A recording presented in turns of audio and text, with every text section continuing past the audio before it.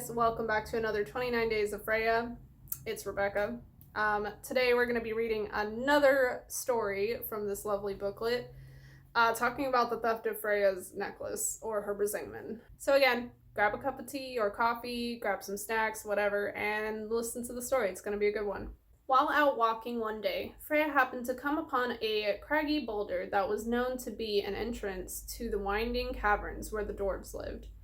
On this particular day, the rock had been left askew, and she snuck a peek down into their subterranean forges. She couldn't help but notice the four dwarves were forging a gorgeous golden necklace. It was almost completed, and had already been inlaid with the finest, most brilliant jewels she had ever seen. Before she knew it, she had made her way down into the cave and had struck up a conversation with the smiths about their work.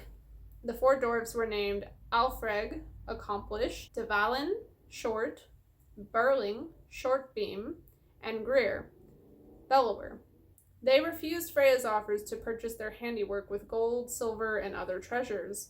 But when the exasperated and covetous goddess asked if there was anything at all, for which they'd be willing to sell the necklace, the dwarves smiled knowingly at one another, and then back at Freya. They would only give her the necklace, they said, if she would spend one night with each of them in turn. As repulsed as Freya was by the grimy, sooty, and just plain ugly dwarves, her lust for the necklace overcame her aversion to such an unwelcome deed, and she consented to the dwarves' terms.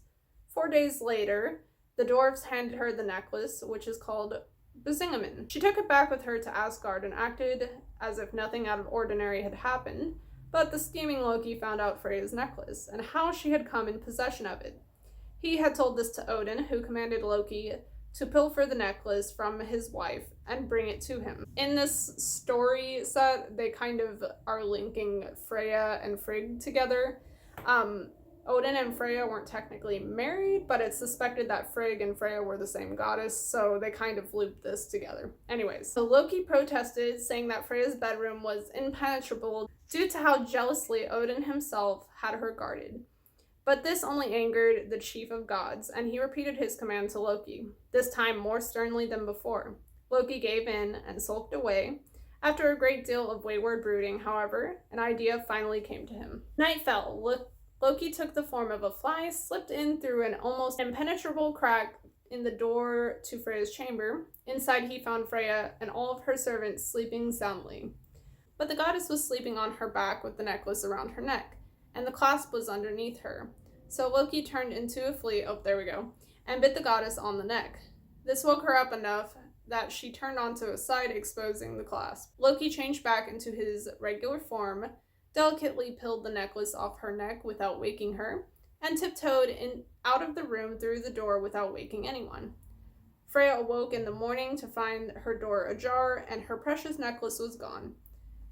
When she deduced what had happened, her shook turned to anger. After throwing on a robe, she stormed into her husband's court, demanded that he return the Brisingamen to her. But Odin was unmoved, and he said because of the manner in which she had obtained the necklace, she didn't deserve to ever have it back, unless you can pit 2 kings, each with 20 other kings in their service against each other, enable great heroes to arise among men, and fill the ranks of my armies in Valhalla.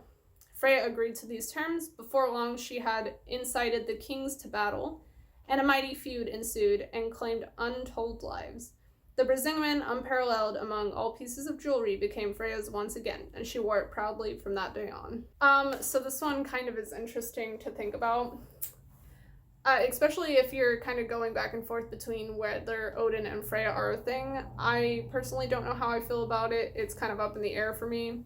But it is interesting. There are some similarities with Frigg and Freya. And also Freya's actual husband's name is Od. So very, very similar to Odin. However you interpret that is up to you.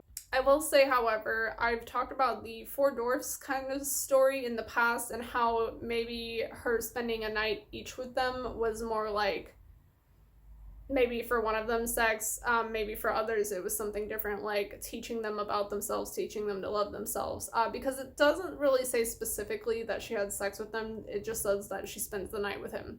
Of course, it's most likely that she slept with each of them, but my other thought to that is that it's interesting that Odin literally held this against her and was like, yeah, I have this necklace that you really want and that you got. And the only way I'm going to give it back to you is if you start this war. And it's said in some stories that she didn't want to start this war at all. But because of the necklace, she was like, yeah, let's just do it, whatever, right? So it's interesting Odin holding this leverage sort of to the goddess that usually would kick everyone's ass, in my opinion. But because it was something she really wanted, she's like, yeah, whatever, like, let's do that. Let me know what you guys think about that story, how your interpretations of it are. And yeah, I'll see you guys in the next video. Much love. Goodbye.